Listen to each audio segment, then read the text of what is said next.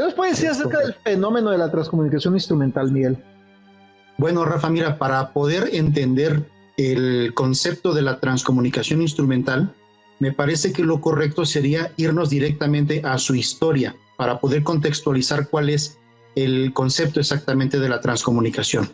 Y para empezar a hablar de la historia, a pesar de que la transcomunicación instrumental tiene ya mucho más de 100 años que se está manejando, podemos irnos al momento en el que oficialmente comienza el estudio de la transcomunicación.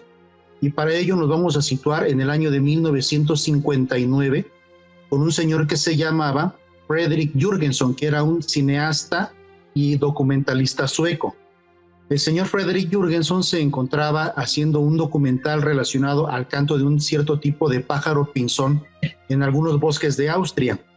Entonces, al momento de que está haciendo la grabación y revisa lo que está grabando, se da cuenta que dentro de estas grabaciones existen voces humanas. Al principio, él piensa que se trata de intrusos que se están colando dentro de su experimentación, dentro de su documental, pero un día descubre que dentro de esas voces escuchan la voz de su madre muerta y que la voz de su madre muerta le estaba hablando por el nombre que le daba cuando él era un niño. Entonces ahí digamos que empieza oficialmente el estudio de la transcomunicación instrumental por medio de las psicofonías. El término psicofonía se refiere a un tipo de sonido de origen paranormal o de origen desconocido que queda registrado de forma electromagnética en los dispositivos de grabación, que bueno, en aquellos tiempos se utilizaban equipos de grabación magnéticos, el famoso magnetofón.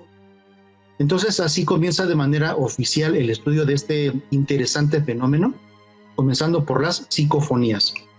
¿Ok?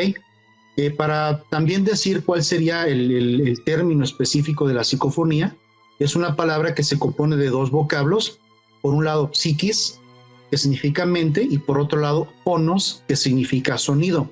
Originalmente la ciencia pensaba que se trataba de sonidos creados por el experimentador a través de la mente y que en una suerte de ventriloquía involuntaria podía registrarlos dentro de los magnetofones o dentro de las cintas magnéticas, cosa que después quedó descartada por completo, ¿no? Ya en base a la evidencia quedó descartada.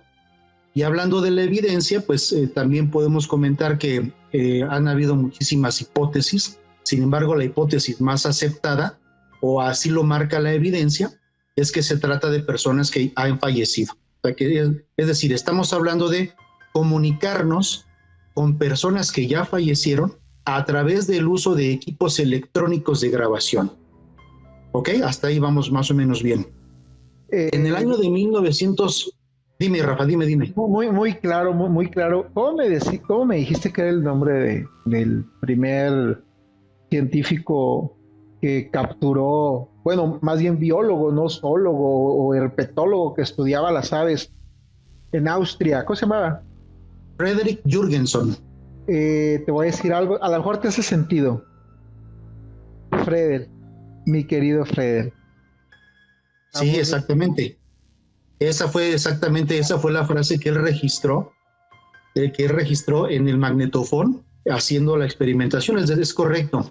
No puedo imaginarme, imagínate la impresión, hermano, que se debe haber llevado este hombre de ciencia al encontrarse por primera vez con lo desconocido desde un punto de vista plenamente científico.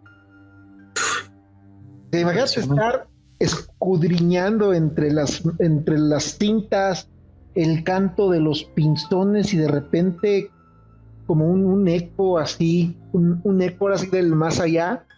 Fred, mi querido Fred. Sí, es correcto. Increíble. Es hasta romántico el inicio de la historia de la transcomunicación instrumental. La verdad que sí. Y te decía yo al principio, al final de cuentas es un fenómeno que tiene muchos más años, hay muchos otros antecedentes que también son igual de interesantes, como por ejemplo...